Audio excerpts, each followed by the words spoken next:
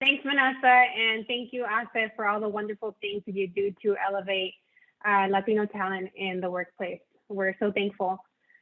Let's go ahead and kick off the presentation. So as you can see, we have an action-packed agenda. First, I'm going to talk a little bit about my inspiration for why I developed this workshop. Then we'll talk about how you can set some boundaries at work to really make the most out of your college experience and become employable. So I made this for the first generation student that's looking to be an employable candidate as soon as they graduate from college. I know that was a big concern of mine when I was going through school. So we'll talk about how you can do that through leveraging internships, becoming very involved in on-campus clubs, using your career center as a resources, and some different ways that you can network without it feeling icky. And lastly, we'll talk about the power of mentorship. We will save about 10 to 15 minutes at the end for a Q&A section. So please save your questions for the end. Feel free to drop them in the comment box. Vanessa will be monitoring them, but we'll save them for the very end so you can get to the presentation. So my inspiration for this workshop was through my experience with my own mentee. So I got paired up with my mentee last fall, and he was really excited that we got to work together. And his number one priority was that I teach him how to increase his GPA. He was a community college transfer student, and he found himself having a hard time adjusting to his new environment, and his grades were suffering. But after digging a little deeper, I found that the reason that his grades were lacking was not because he wasn't a good student or because he wasn't smart. It was because his part-time job at Target, which was a graveyard shift, was really affecting his schedule. It was throwing off, his sleep schedule. He wasn't able to, really soak himself into the student life and meet other students and network, and his grades were suffering as a consequence. But I think his focus on wanting to get his grades up and making that the priority is a common trend amongst first generation students that lack the guidance. But it's very important to note that while grades are definitely very important and they're a big part of the equation, that they're not all that matter, right? So grades alone are not going to open doors for you. Nobody can deny that grades are important for grad school applications or even for some internships or entry-level opportunities. They do require certain GPAs. But if your main focus is to be an employable candidate after graduating, then you really should be focusing on making yourself a well-rounded student. And you do that by becoming involved in these clubs and seeking leadership opportunities and putting yourself out into the community and networking and making connections. And I can say that because as somebody who's been involved with the hiring process with junior talent, we want to see somebody that can juggle different hats. We don't want just like a one-trick pony that has a 4.0 GPA. We want somebody that can really show that they can multitask, because that's very much how an office environment is. You don't just go and do one job, you do multiple things. So you want to make sure that, you're going to have different priorities coming at you and that you can navigate through everything going on. And why is this especially important for first gen? Well, I'd say a couple of reasons. Number one, because of nepotism, right? So while some people can kind of coast through school, maybe they get good grades, maybe they don't. At the end of the day, they have daddy's network to tap into, or they have like a cousin that's like a CEO that can open up some doors for them. In my rancho, we call those palancas, so like the hookup. I know that I certainly didn't have a hookup. I had to make my own connections, build my own network. So if your experience is similar to mine, where you aren't inheriting that network through nepotism, it's very important for you to be proactive and take accountability for building your network sooner than later. Another reason is we lack guidance, right? From our home, we really can't get these tips from family. Being the first is not easy, right? So we have to kind of navigate this all on our own. And that first gen experience doesn't just end in school, it follows you through to your first job in your career. So it's important for you to really start learning how you can best navigate these spaces by seeking support. And then lastly, a big concern of why I had to make this a priority for myself to build my own network, to become employable, was because I didn't have a financial safety net. I didn't have the option to move back home if I couldn't find a job after graduating. And these student loans were going to come regardless. So it was very important for me to really make myself employable and get a job ASAP. So I know some of you may hear this and think, oh, you know, that's great, but I have to work. There's some bills that I have to pay. And to be honest, I used to think that too, but now that I've kind of thought about my particular situation, I look back at those college years and I definitely could have cut back on some of my spending. And I could have probably just lived off student loans, but I felt that I had to work. So if you're kind of in that situation where maybe you can get by not having to work and just focusing on student life and really making yourself employable and a well-rounded student, I would highly encourage that, to consider that. Something to think about. And then if that's absolutely not an option, I understand that's very common. You know, we don't benefit from generational wealth, right? So we have to work. But then if that's the case, I would encourage anybody that still has to work to please set boundaries with their work. I think that's something that my mentee didn't do. He should have told Target, hey, I'm a student. I have, you know, these commitments with projects and homework and whatnot. I cannot work the graveyard shift. And right now is the best time to set those sort of boundaries with employers because of the labor market, right? There's so many shortages. So these people need to accommodate us now more than ever. So I would encourage anybody that still has to work because of financial obligations to set those boundaries at work. Say, I can only work X amount of days. I can only work X amount of hours. I didn't do that. I regret it. I very vividly remember being in the middle of a study session for a final for one of my economics classes, and I got pulled into work for my waitress job. And I didn't say no because I didn't know how to set boundaries. And I went and my grades suffered, and that wasn't worth it, you know, so I just don't want that to happen to any of you guys. And by quitting work and focusing on your student life, that creates a space for you to really soak yourself into internships. And I would argue that internships are really what's going to set you apart as a candidate more than, you know, any part-time job that you'll have that isn't related to your career or what you're interested in working in. So everybody knows, you know, internships will give you direct work experience and will help you build your resume. They'll give you those skills that you can add to your resume. They'll also help you build your network because you're going to be working with real professionals. It's also a great way for you to understand your true interests, because sometimes you think that you might be interested in a particular career path, but then once you actually, you know, do an internship, you see maybe this isn't what's for me. And I'll tell you a little bit about my 3 internship experiences. And the good thing is that a lot of internships these days are paid now. There's definitely the trend that they're paid, and they can lead to full-time work. I know the firms that I've worked at in the past, we definitely had a pipeline of entry-level talent through our internships. So we're paying attention. We're like, okay, let's see who's actually here and they want to learn and they want to make a career out of this, and who's just here to check a box and add it to their resume. So it's very obvious when somebody is there and they want to really get the most out of their experience. So these are 3 of my college internships that I have. I'll quickly tell you about them. So the first one was Alliance Wealth Strategies. So that was a very small financial planning firm. It was only about 3 people. So that was a good experience because I kind of got to see what it would be like to be an entrepreneur. I got to see, you know, how he would assess his clients as a financial planner. So I always thought I wanted to be a financial planner, but after seeing that he kind of had to go and solicit his own book of business, I'm like, oh, that's not for me. But it was nice to see that as an entrepreneur, he was able to set his own schedule. That's something that I wouldn't have had access to if I had not had this internship with him. And then the second internship is a very short-lived internship that I had. It wasn't my best experience just because it was more of like a sales job for like life insurance. And I didn't really know that when I signed up for it. But the good thing that I got from it is I learned that sales was not for me. And I also got to benefit from corporate training. We did a very thorough 2-week corporate training, which I really enjoyed. And I found that that's kind of what worked best with my work vibe, to be in a corporate setting. Lastly, I had an internship for a quarter at the Department of Commerce in Washington, D.C. I kind of, you know, had this itch about, do I want to work for the government? So that was good that I got to explore that through this internship. I was, you know, surrounded by very highly motivated people that wanted to work for the government.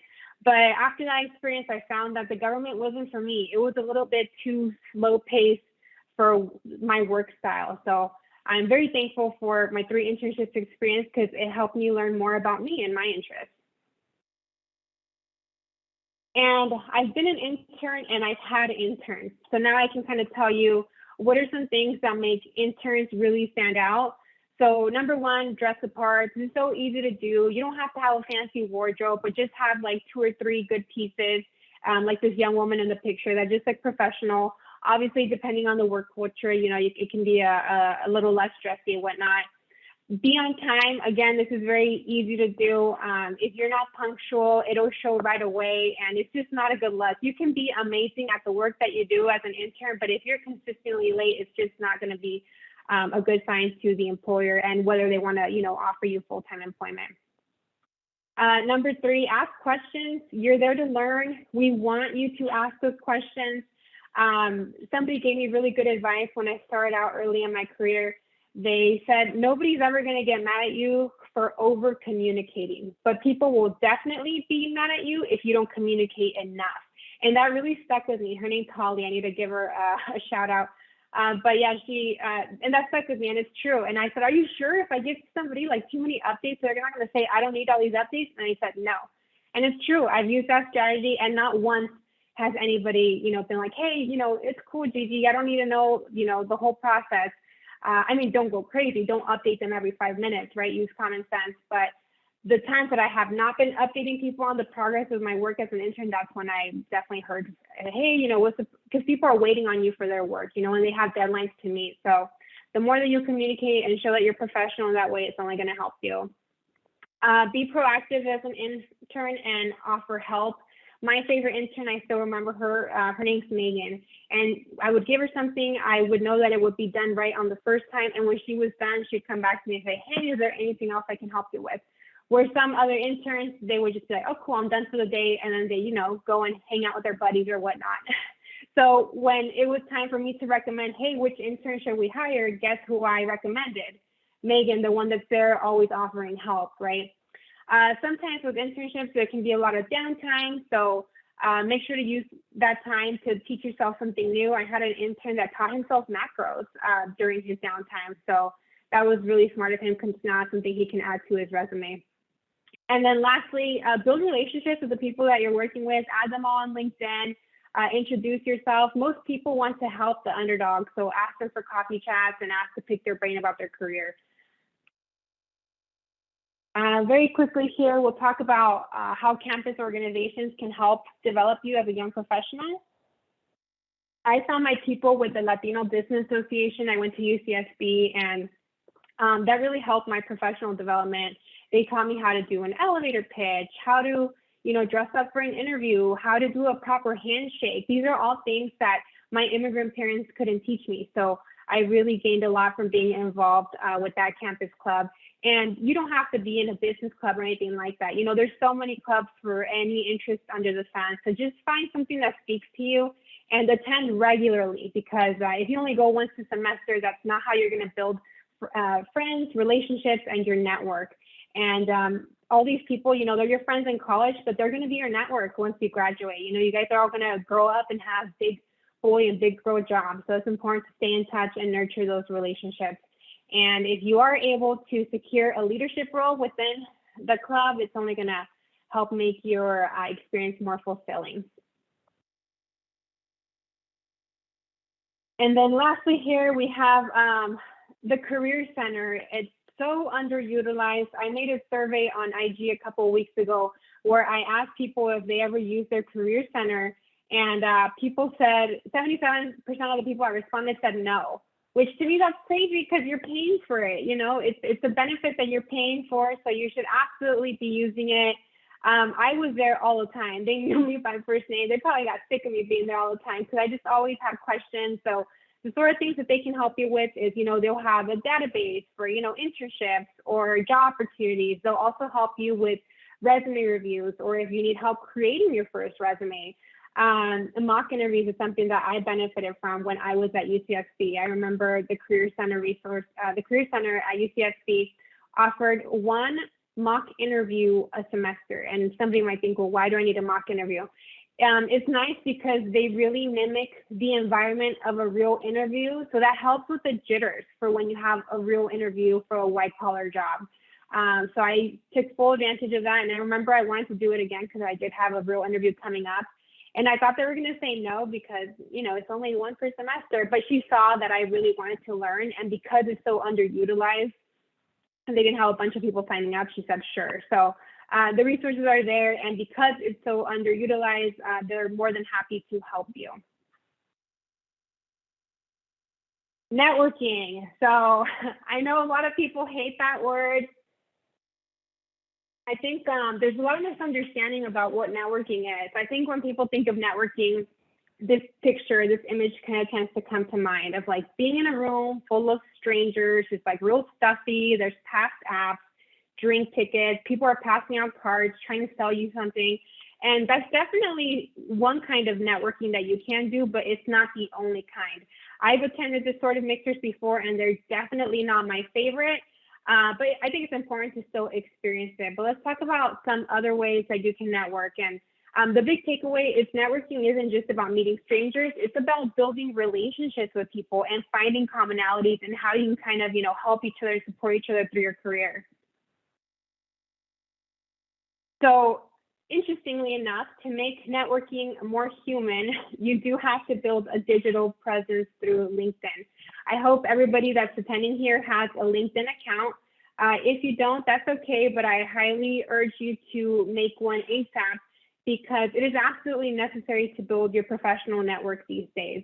I know LinkedIn can sometimes get a bad rap because some of these posts, man, they're just like so extra, like, oh, you know, what do they say? Like, I'm delighted to announce, I'm ecstatic to share with you guys, I've accepted a new position. Like, who talks like that? Like, nobody talks like that, but that's just the vibe on LinkedIn. And unfortunately, until somebody develops a better networking app, that's just kind of what we're stuck with.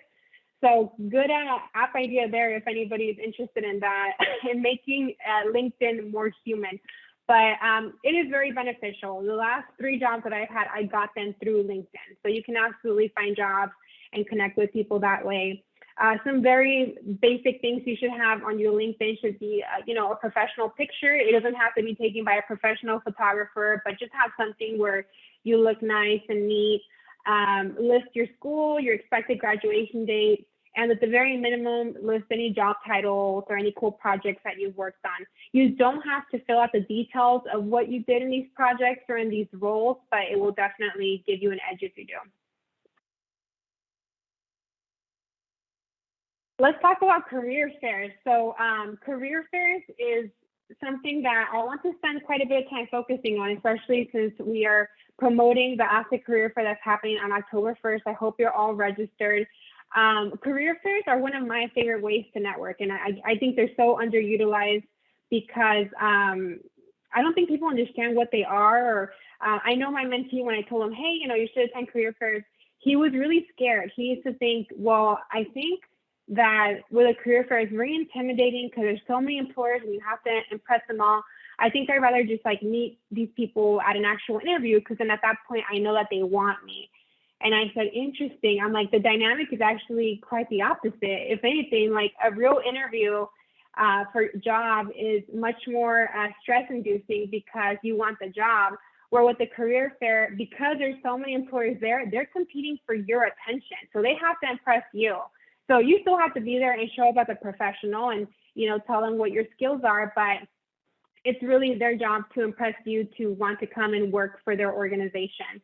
So career fairs are there because they want to hire you. They have opportunities and they've identified something within your demographic that they're like, I want talent that fits your profile.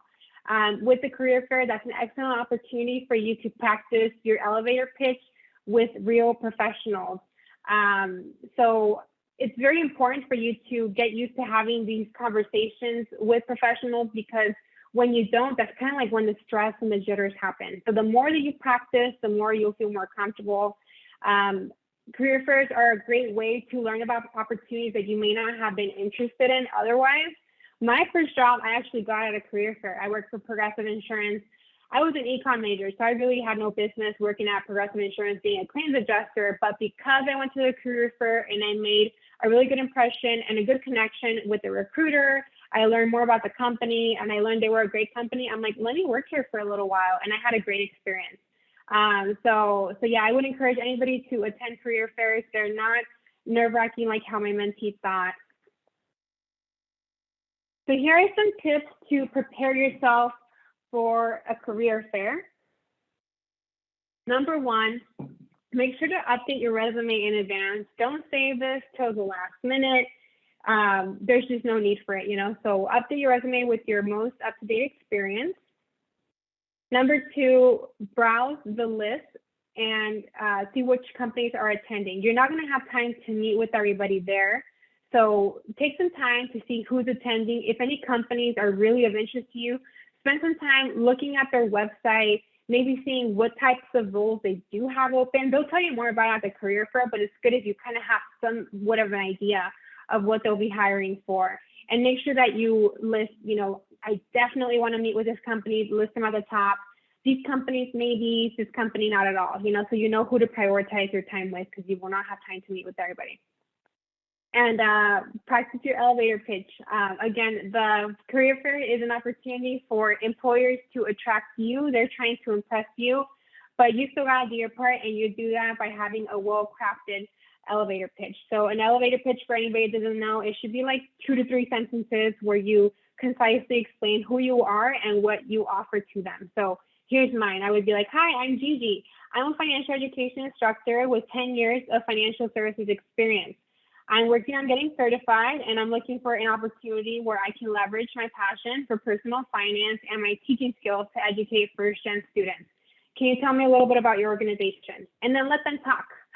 They'll talk, they'll take care of the rest. These are professionals, but this is all they do. So just talk, listen, and learn.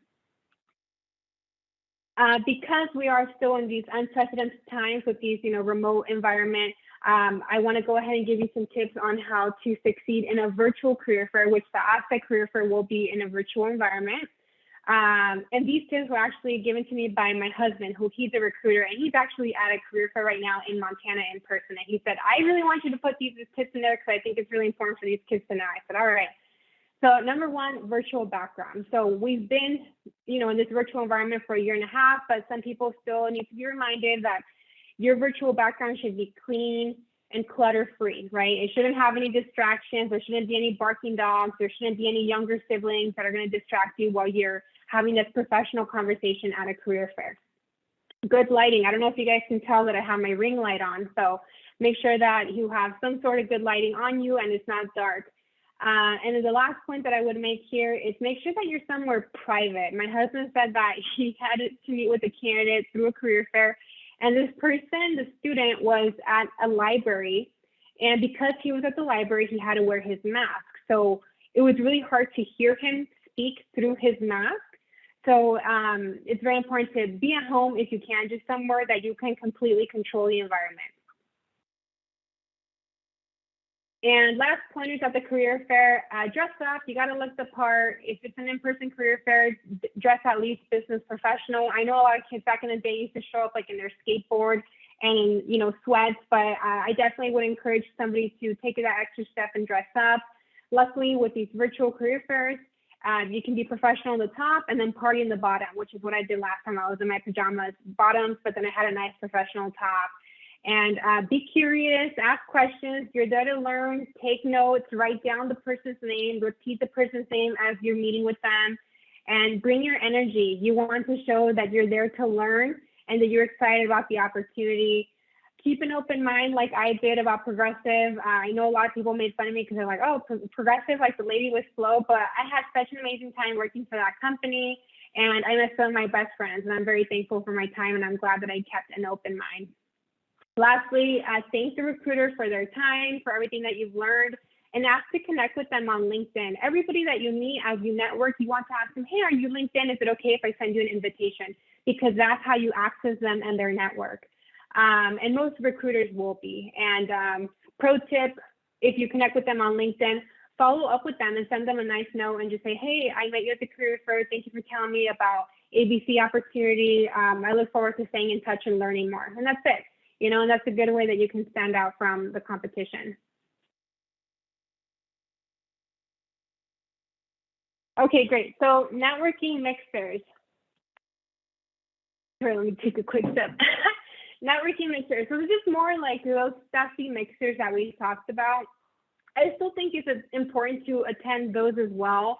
I prefer very much like a one-on-one networking environment. So I really like informational interviews, but these networking mixers are a good way to meet people. And I found that you can make the most out of them if you attend a networking mixer with people that you have common interests with. The ones that I didn't like were the ones where it was just like a free-for-all, just like a young professionals meetup networking event, and you have people from different industries and different, you know, paths of life, and some are young professionals, some are very seasoned professionals.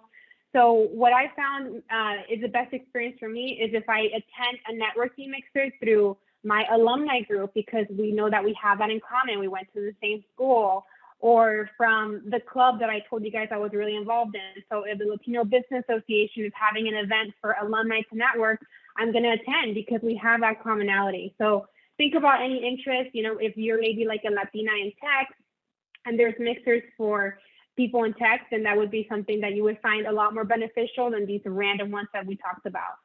Professional affiliations are a great way to also find opportunities. I know ASE has mixers as well, so make sure to follow them on social media, sign up on their email list for those. And everybody that you meet, by now I'm sure you see the trend, you have to add them on LinkedIn. That's just the easiest way to keep in touch with people. And most people are pretty good about updating where they're working on, so where they're working at. So it's a good way to ask them, hey, I saw that you know, just joined this company. I'm actually interested in working for them too. Can you tell me a little bit about your experience there? And then maybe they can offer you like a referral, you know, to work for that company. So that's why networking is so valuable, because that's what will open a door for you, where a 4.0, it's nice, but it won't entirely open the door for you all on its own. All right, and mentorship. This is the one thing that I did wrong, which is interesting, right? Because I'm the first gen mentor. So if you guys follow me on social media, you guys should know that even though I am the first gen mentor, I've never had a mentor in my life. It's partly my fault because I've never looked for it. I know there's a lot of programs that offer mentorship and I never applied for them, but there's also a lot of mentorships that happen organically. You know, they can happen through somebody you work with or through school. And that just never happened for me either. I've built a lot of relationships with people, but I never really found somebody that said, hey, let me take you under my wing and show me the ropes. And that's fine. You know, I'm very proud of where I've come to in life, but I always wonder about like, wow, what would my life have looked like if I actually would have had the support of somebody that's been through it, right? And could have guided me. So it's a regret of mine. I should have made it a priority to find mentorship. So I highly encourage you all to do it. Even though I never had a mentor, I've been a mentor to many people. So I've had many mentees. So I understand the benefit that comes from having somebody kind of guide you and show you the ropes. And I know that it's transformational. So you all should be looking into how you can seek mentorship through alumni groups, through professional affiliations. And professional affiliations is like, it relates to your career. So like I mentioned earlier, if you're like a Latina in tech, or if you're like a Black man in medical school, in healthcare, then there should be professional affiliations just for, you know, your industry that will help you. And nonprofits like ASE are a great way to also find mentorship. You should not be paying for mentorship. I ran across some programs where they want to charge a fee to students to be a part of the mentorship program or mentorship network. And, you know, there's so many that are free. So I don't see a point for you having to pay, especially as a young person. But some of the benefits of mentorship are that a mentor is going to be somebody that, you know, wants to be there, right? They're volunteering their time because they want to pay it forward and they want to help pave the way for a young adult. And you'll get to learn from their experience, right? So they'll tell you strategies that worked for them, regrets that they have about their career, how they would have done things differently. And you'll also get access to their network. So for my mentee, he is a junior, so he's still undecided about what he wants to do for work, but he said, I kind of have an interest in HR, maybe marketing, maybe consulting. Those three are completely different things, HR, marketing, consulting. So I said, okay, you know what? I have contacts in all those industries. Let's go ahead and get some informational interviews for you so that they can explain to you what these people do day to day, and maybe you'll find out if it's a good fit for you or not. Because I've never worked in those industries. Well, actually, I worked in consulting, but I haven't worked in the other two, so I can't really talk much about them. But I tapped into my network. I said, hey, Tina, I know you work in HR. Can you help out my mentee? He'd like, a 20, 30-minute informational interview and a career in HR. And most people, as long as you catch them at a time where they're not too busy, with life, most people are happy to help young people just starting out in life. So everybody that I reached out to, they said, absolutely, here's my number, here's my email, please have your mentee get in touch with me. And he's learned now from those informational interviews and from getting in touch with my network that I've built that he does not want to do a career in HR or in marketing, and he very much is attracted to a career in consulting. So it's very important. It's very important to be able to tap into somebody's experience, somebody's network, and somebody's guidance to help you as a young professional in the workplace. Here are some pointers on how to make the best out of your mentorship experience. And I say this from, some hiccups that I had with my mentee.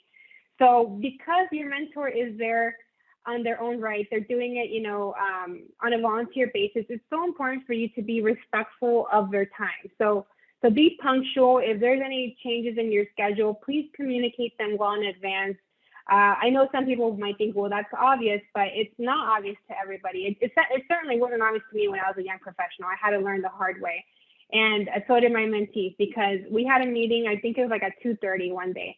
And I'm not joking. At 2:29, he texted me. He said, hey, Gigi, I'm not going to be able to meet today. So sorry, but let's reschedule for next week.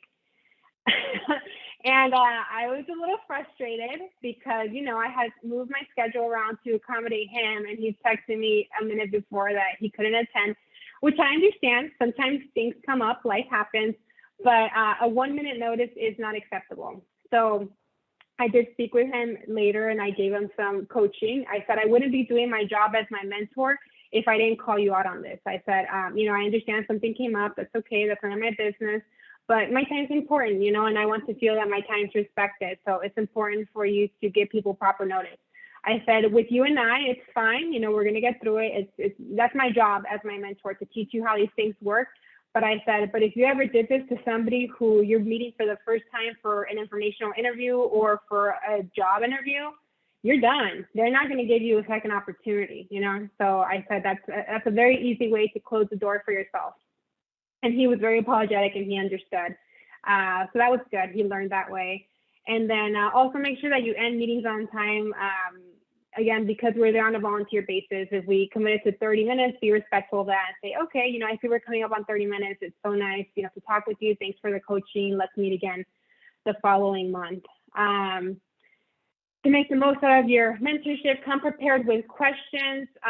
My mentee's gone real good about that. I remember at first, it's still good to just kind of talk about stuff that's concerning you and, some things that are top of mind. But lately, he's been coming with a topic that we want to focus on during our mentorship meetings. We do them once a month typically.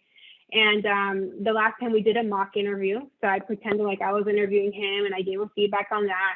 The time before that, he asked me to review his resume. So he sent me the resume in advance. I gave him feedback on keywords he should or shouldn't be using. So mentorship is what you make out of it. I hope that you guys all learn from my regrets that I wish I would have looked for mentorship, but I didn't. So I hope that you guys can start looking for mentorship opportunities available to you. And lastly, as we're coming to the end of the presentation, I know I threw a lot of information at you, but it's because all this information is going to benefit you. Don't feel overwhelmed. Don't feel that you have to do every single thing that I talked about. Don't feel that you have to attend these networking mixers. You have to get a mentor. You have to attend career fairs. If one of these things really speaks to you, then do that well. Obviously, the more things that you kind of dip your toe into, the more that's going to help your career development as a young professional. But don't let the information intimidate you. It's only going to help you. And I trust in you and I believe in you. You know, as first gen, our path isn't easy, but we're resilient and we're resourceful, and you got this, and you're going to do great. So this concludes the presentation. We do have about 15 minutes for a Q&A section. Again, I'd like to thank Ace and Vanessa for sponsoring this event. It's so important to uplift the Latino community, and it's exactly what they do on an everyday basis. If you guys would like to connect with me, if you haven't already, I'm most active on TikTok. I'm also on Instagram, and feel free to DM me or send me an email. My information is here, and I'll leave it up on the screen for a little bit, and then I'll turn it off so we can do face-to-face when we do the Q&A section. So feel free to shoot your questions right now. Thank you so much for your time.